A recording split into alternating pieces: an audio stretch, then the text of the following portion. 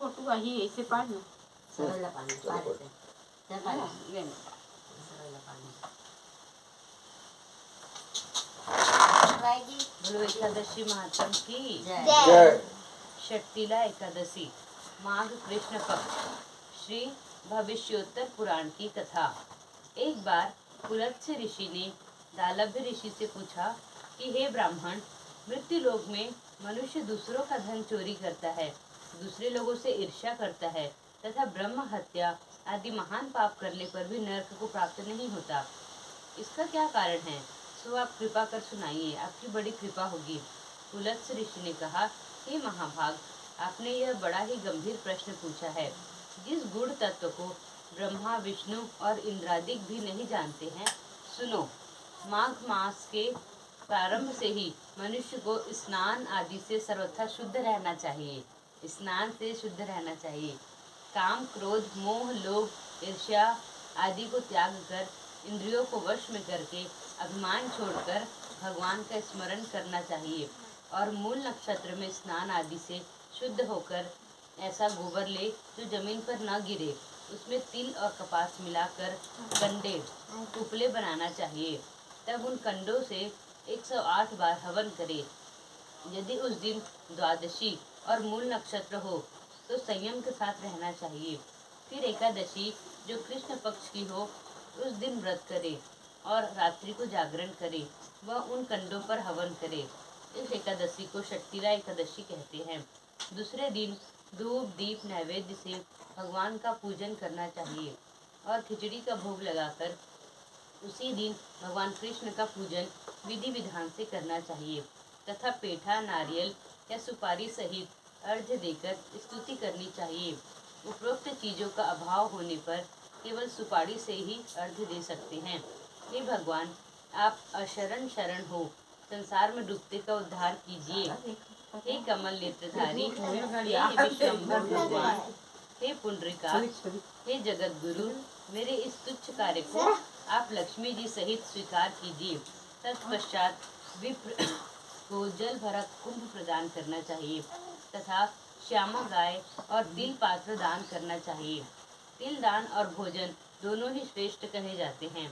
इस प्रकार जो मनुष्य जितने तिल का दान करता है वह उतने ही सहस्त्र वर्ष तक स्वर्ग में निवास करता है। एक तिल का स्नान, तिल का हवन, तिल का भोजन, तिलोदक, तिल का उबटन, तिल का दान, यह षटतिला कहलाती है। इससे अनेक प्रकार के पाप नष्ट हो जाते हैं। देवर्षि नारद जी ने कहा, हे भगवान, आपको नमस्कार है।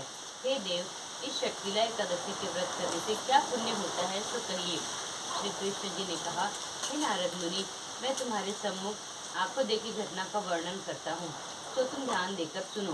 प्राचीन काल में मृत्यु लोक में एक ब्राह्मणी सदैव व्रत किया करती थी। वह ब्राह्मणी अत्यंत बुद्धिमान थी। एक बार वह लगातार 1 माह तक व्रत करती रही, जिसके कारण उसकी देह अत्यंत दुर्बल हो गई। इतना करने पर भी उस ब्राह्मणी ने कभी किसी देवता तथा ब्राह्मण को अन्न दान अथवा धन दान नहीं किया। तब मैंने विचार किया कि इस ब्राह्मणी को शरीर आदि शुद्धि कर लेने के कारण विष्णु लोक तो प्राप्त हो जाएगा, किंतु इसने कभी अन्नदान नहीं किया, जिसके कारण इसकी तृप्ति न हो सकेगी। यह विचार करके उस ब्राह्मणी के यहाँ अन्नदान लेने के लिए मैं स्वयं गया। तब उस ब्राह्मणी ने मेरे आने का कारण मुझसे पूछा। मैंने निसंकोच उत्तर देते हुए कहा, मुझे अन्न की भिक्षा चाहिए। मेरे इस प्रकार कहने पर उस ब्राह्मणी ने क्रोधित हो माटी का ढेला उठाकर मुझे दे दिया। तब मैं उस माटी के ढेले को लेकर स्वर्ग वापस चला आया। कुछ काल के उपरांत वह ब्राह्मणी भी अपने शरीर को त्याग कर स्वर्ग लोक में निवास करने को आई। हे नारद, तब उस ब्राह्मणी को माटी का डेला देने के कारण एक सुंदर गृह मिला। उस ब्राह्मणी ने जब अपने उस घर को अन्य वस्तुओं से शून्य देखा तो वह दौड़कर मेरे पास आई और बोली, हे भगवान, मैंने अनेकों व्रत आदि करके आपकी अत्यंत पूजा की है, फिर भी मेरा घर सभी वस्तुओं से शून्य है, तो इसका क्या कारण है? तब मैंने उस ब्राह्मणी से कहा, पहले तुम अपने घर को जाओ और द्वार तब खोलना जब वहाँ देव स्त्रियाँ आए। उनसे तू षटतिला एकादशी के व्रत की कथा सुन लेना। भगवान के वचन मानकर वह ब्राह्मणी अपने घर को चली आई। तब देव स्त्रियाँ वहाँ पर द्वार खुलवाने को आई तो उस ब्राह्मणी ने कहा, यदि आप द्वार खुलवाने को आई हैं तो पहले आप मुझे षटतिला एकादशी का व्रत महात्म सुनाइए। तब उन देवी स्त्रियों में से एक ने उसे षटतिला एकादशी का महात्म सुनाया। जब उस ब्राह्मणी ने अपने घर का द्वार खोला, तब उन देवी स्त्रियों ने उस ब्राह्मणी को सब स्त्रियों से अलग पाया। फिर उस ब्राह्मणी ने भी षटतिला एकादशी का व्रत किया, जिसके प्रभाव से उसका घर भी धन धान्य सोना चांदी आदि से परिपूर्ण हो गया। अतः मनुष्य को चाहिए कि मूर्खता को त्याग कर षटतिला एकादशी का व्रत शास्त्रों के विधि विधान सहित करे। बोलो षटतिला एकादशी की जय हो, जय हो, विष्णु जय लक्ष्मी हो। की जय।